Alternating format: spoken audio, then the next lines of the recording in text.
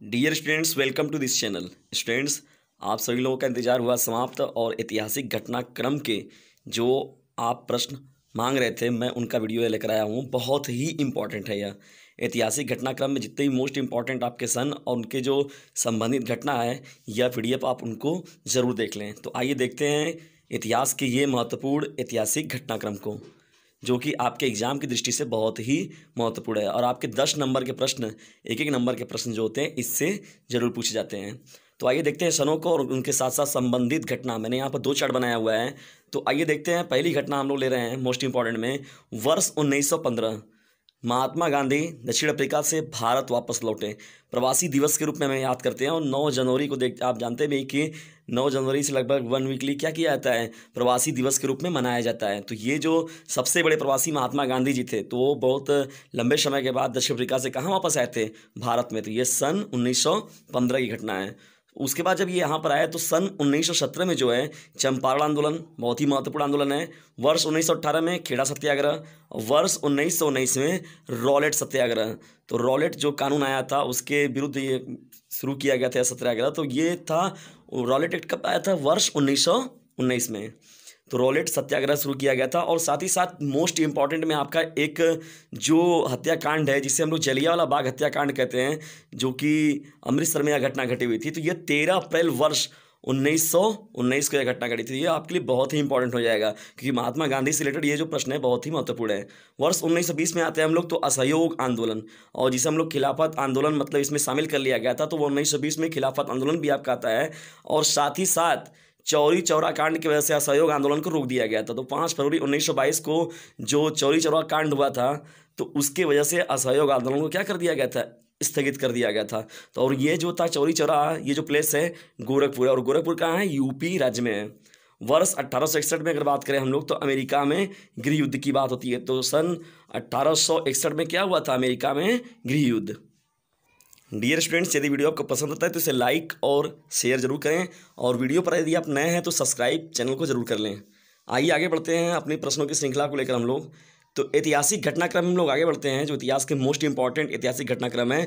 तो 1765 ईस्वी में ईस्ट इंडिया कंपनी में बंगाल की दीवानी प्राप्त की। तो ईस्ट इंडिया कंपनी क्या की, बंगाल में दीवानी को प्राप्त की सन 1765 में। आइए 1793 में देखते हैं, बंगाल में इस्तमरारी बंदोबस्त। तो ये इस्तमरारी बंदोबस्त क्या होता है, यह अति लघु मैंने पहले ही बता चुके हैं हम लोग। तो ये इस्तमरारी बंदोबस्त, ये डिफिनेशन भी बहुत इंपॉर्टेंट होता है। और साथ ही साथ यह कब हुआ था, तो सन 1793 में। 1875 में अगर देख रहे हैं हम लोग तो दक्कन के गांव में रैयतों की बगावत की गई थी। 1589 ईस्वी में बाबर नामा का फारसी अनुवाद किया गया था। 1526 में पानीपत का प्रथम युद्ध, यह बहुत ही मोस्ट इंपॉर्टेंट है, इब्राहिम लोदी और बाबर के बीच हुआ था, जिसमें कि इब्राहिम लोदी की पराजय हुई थी और बाबर विजय प्राप्त किया था।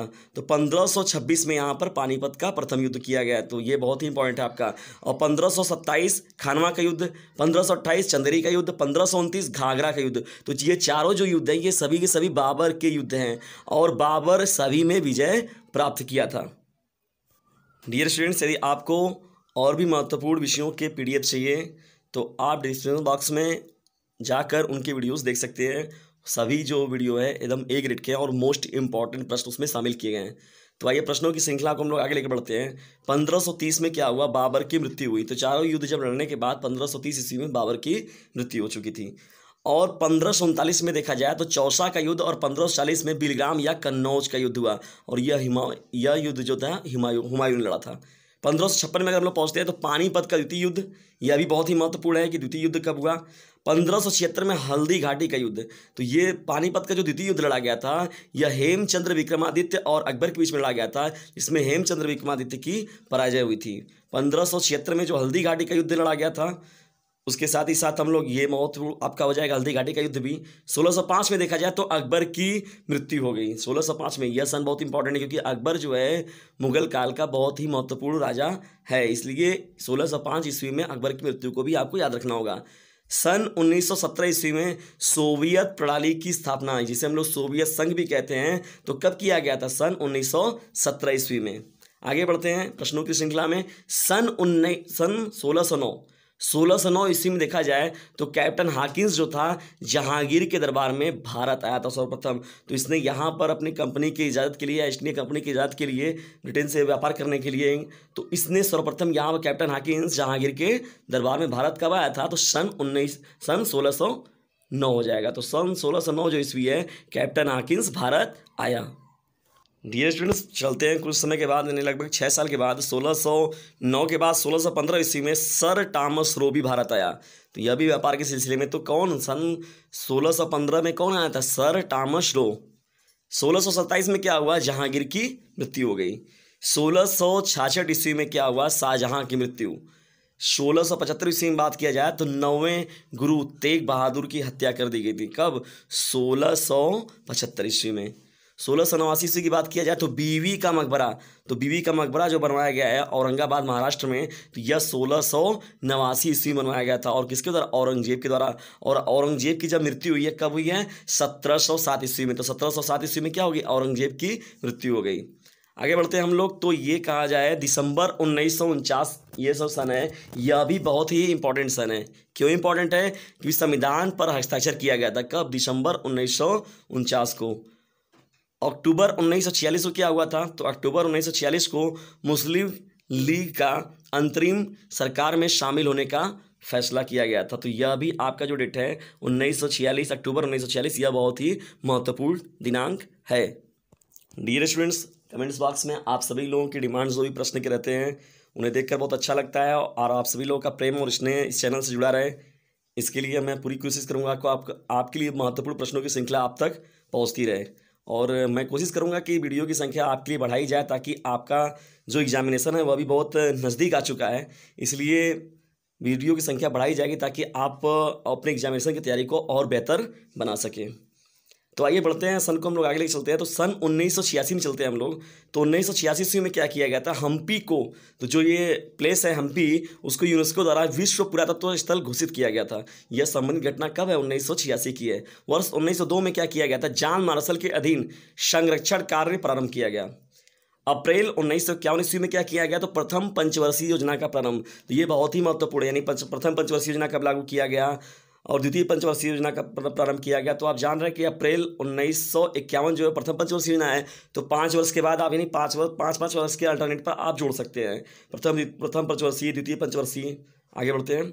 वर्ष 1928 ईस्वी में बारदोली में किसान आंदोलन किया गया था। तो यह जो संबंधित घटना है बहुत ही महत्वपूर्ण है। 1801 ईस्वी में देखा जाए तो लॉर्ड वेलेस्ली द्वारा अवध में सहायक संधि लागू की गई थी। सहायक संधि जो डेफिनेशन यह बहुत महत्वपूर्ण आती है लघु में आपका, यह लघु में सहायक संधि किसे कहते हैं या किसने इसे लागू किया गया था, तो लॉर्ड वेलेस्ली द्वारा यह लागू किया गया था। और कब किया गया था, वर्ष 1801 में। यह महत्वपूर्ण प्रश्न हो जाएगा। 1942 ईस्वी में भारत छोड़ो आंदोलन प्रारंभ हुआ। तो भारत छोड़ो आंदोलन पर पहले भी वीडियो लघु उत्तरीय प्रश्न में बना दिया गया है कि भारत छोड़ो आंदोलन महत्वपूर्ण एक आंदोलन था, और यह क्रिप्स मिशन के विरोध में की बात किया गया है यहाँ पर। 1925 में आते हैं हम लोग, तो मोहनजोदड़ो में उत्खनन का प्रारंभ हुआ। तो मोहनजोदड़ो में उत्खनन का जो प्रारंभ किया गया था सन 1925 ईस्वी में, इसमें कि दयाराम साहनी महत्वपूर्ण रूप से अपनी भूमिका निभाए हैं। सन 1814 ईस्वी में बात किया जाए तो इंडियन म्यूजियम कोलकाता की स्थापना की गई। कब किया गया, 1814 में। किसकी, इंडियन म्यूजियम कोलकाता की स्थापना। डियर स्टूडेंट्स, आगे बढ़ते हैं हम लोग प्रश्नों की श्रृंखला को लेकर, जो कि ऐतिहासिक घटनाक्रम हमारे हैं इतिहास के महत्वपूर्ण। तो सन 1923 में हम लोग आते हैं। जॉन मार्शल की पुस्तक कंजर्वेशन मैनुअल का प्रकाशन किया गया था। तो जॉन मार्शल की पुस्तक कंजर्वेशन मैनुअल का प्रकाशन कब किया गया था, सन 1923 ईस्वी में। 1469 ईस्वी में क्या हुआ था, तो गुरु नानक देव जी का जन्म हुआ था। तो गुरु नानक देव जी यानी सिख धर्म के संस्थापक के रूप में हम लोग इन्हें याद करते हैं। और 1539 ईस्वी में गुरु नानक देव की क्या हो गई, मृत्यु हो गई थी। 1577 ईस्वी भी आपके लिए बहुत ही इंपॉर्टेंट है, क्योंकि इस दिन इस वर्ष में अमृतसर की स्थापना की गई। क्योंकि इसका जो पहले नाम था अमृत सरोवर था, बाद में इसका नाम क्या कर दिया गया था, अमृतसर कर दिया गया था। 1498 ईस्वी में क्या हुआ, वास्को डिगामा ने भारत की खोज की। और साथ ही साथ इसके जो 7 प्रश्न चलता है, 1492 में कोलंबस ने अमेरिका की खोज की। तो आप इन दो खोजों को तो आप बहुत पहले से भी जानते हैं। तो 1498 वास्को डिगामा ने भारत की खोज की और 1492 में कोलंबस ने अमेरिका की खोज की। डियर स्टूडेंट्स, ये रहे आपके कुछ महत्वपूर्ण ऐतिहासिक घटनाक्रम। इन प्रश्नों को आप जरूर देख कर जाइएगा, क्योंकि बहुत ही महत्वपूर्ण ये ऐतिहासिक घटनाक्रम है। यदि वीडियो आपको पसंद आता है तो इसे लाइक करें और शेयर करें, और यदि चैनल पर नए हैं तो इसे सब्सक्राइब करना बिल्कुल भी ना भूलें।